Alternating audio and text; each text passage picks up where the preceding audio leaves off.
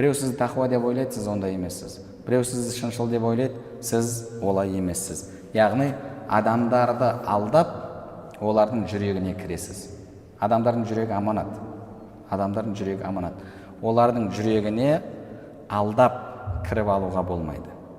Кіресіз бе? Құранда Алла субханала тағала айтқандай: «Уәтул буюта мин абуабиха», үйлерге есігінен кіріңдер деді.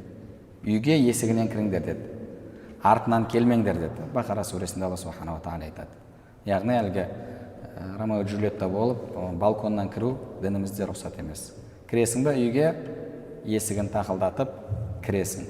Біреудің қызына көңілің түсті ме, есігін тақылдатып барып, әкесінің разылығын алып, халал жолмен қызды талап етесің.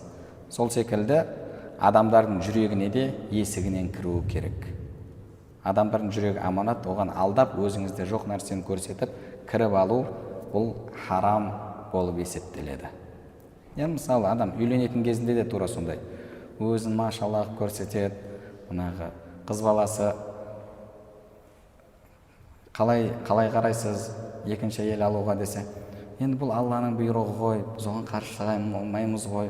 Алла оны бұйырып тұрса, біз не дей аламыз? Енді бізге ауыр тиетін шығар нәпсімізге, бірақ әрбір нәрсе нәпсімізге тура келу шарт емес қой деген сөздерді айтады. Некесі қиылды, бағанағы алдым, қабылдадым дегеннен кейін ертеңнен, сенде қандай екінші алмақшысың ба? Не болды? Не күшің тасып бара жатыр ма, ақшаң көбейіп бара жатыр ма? Мысалы әңгімесі өзгеріп шықты. Ал басында әлгі тақуа болып, Алланың әмірі деген кезде болды, тоқтайтын адам болып көрінді.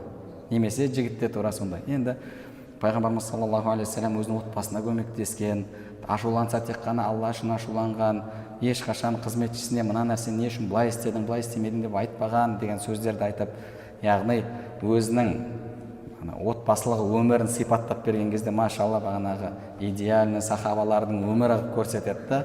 Ертеңнен қатын деп бағанағы мысалы қатынды бастан деп стол ұрып, бұл алдау. Бұл алдау. Яғни маска киіп алыңыз да кейін маскаңызды шештіңіз. Бұлай адамдарды алдап жүрегіне кіруге болмайды.